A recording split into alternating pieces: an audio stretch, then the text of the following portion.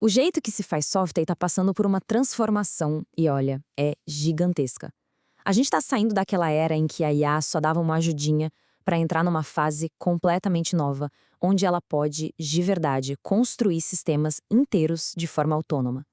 Então, sejam bem-vindos à Engenharia de Software 3.0. Vamos pensar um pouco nisso, porque essa é a ideia central. O papel de quem desenvolve software está mudando completamente. Deixa de ser a pessoa que toca um instrumento para se tornar um maestro, sabe? Que rege uma orquestra inteira de agentes de inteligência artificial. E a promessa aqui é um salto absurdo. A gente não está falando de melhorar 10, 20%. A mudança para a engenharia de software 3.0 aponta para um ganho de produtividade de 100 ou até 1000 vezes. É uma mudança de escala, assim, radical. Mas para a gente entender para onde estamos indo, é super importante olhar de onde viemos. Essa revolução toda não apareceu do nada, né? Ela é o próximo passo lógico numa progressão que faz todo sentido. A jornada fica bem fácil de visualizar. Na engenharia de software 1.0 era tudo na mão, no teclado. A 2.0, que é a realidade de muita gente hoje, é a era da assistência. A IA funciona como um corretor ortográfico com superpoderes. Agora, a 3.0 nos joga na era agêntica, onde a IA vira literalmente um colega de equipe. E é aqui que a ficha cai. A diferença crucial entre a versão 2.0 e a 3.0 é a diferença entre uma sugestão e uma execução. Em vez de pedir, escreva essa função para mim, o comando vira algo como adicione uma camada de cache ao serviço de pagamentos. A IA entende o objetivo, o propósito e não só uma tarefa pontual. E o que isso significa na prática? Bom, o nome técnico para isso é engenharia agêntica. Basicamente, é um sistema onde esses agentes autônomos fazem um ciclo completo do desenvolvimento, desde o planejamento até a entrega, mas sempre com a supervisão estratégica de um ser humano. E o mais impressionante é que isso não é só teoria, não. Já está acontecendo. A OpenAI construiu uma aplicação inteira com mais de 1 milhão de linhas de código, onde os engenheiros focaram só no design do sistema e os agentes executaram tudo. Lá na Stripe, esses agentes cuidam de milhares de tarefas repetitivas toda semana, liberando o time para focar no que é estratégico. Ok, se a IA está fazendo todo esse trabalho pesado, qual é o novo papel do desenvolvedor? É exatamente aqui que aquela ideia do maestro ganha vida de verdade. A mudança é fundamental. O foco sai do ato de digitar código para a mentoria, para a estratégia e para a revisão.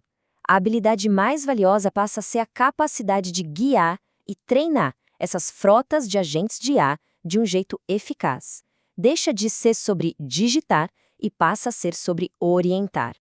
Essa imagem aqui mostra a estrutura para essa nova interação. É um framework que propõe uma separação bem clara do trabalho em dois ambientes otimizados, um para a parte humana, o ambiente de comando do agente, ou ACE, e outro para a execução da máquina, que é o ambiente de execução do agente, o AEE. O ACE é tipo o cockpit do humano. É o centro de comando onde a estratégia é definida, as missões são distribuídas e os resultados são revisados. É um ambiente projetado para o pensamento de alto nível. Já o AEE, por outro lado, é o laboratório dos agentes. Um ambiente construído para explorar as forças da máquina, velocidade, a capacidade de testar milhares de variações em segundos e de trabalhar sem parar, incansavelmente. Certo, com ambientes separados, como é que eles se comunicam? A resposta está numa nova forma de programar. A principal linguagem de desenvolvimento está virando a nossa linguagem natural. A comunicação com os agentes não é feita com um código, mas com documentos que descrevem a intenção, as regras e as melhores práticas. Isso, aliás, abre um mundo novo até para quem usa no-code ou low-code. E essa comunicação toda é organizada em 3 tipos de script. O Briefing Script é o plano da missão. O Loop Script define as regras do jogo, ou seja, como os agentes colaboram. E o Mentor Script funciona como um manual de cultura da equipe, garantindo que o trabalho dos agentes esteja alinhado com as boas práticas do projeto. Tudo isso soa extremamente poderoso, eu sei. Mas nos leva àquela pergunta inevitável.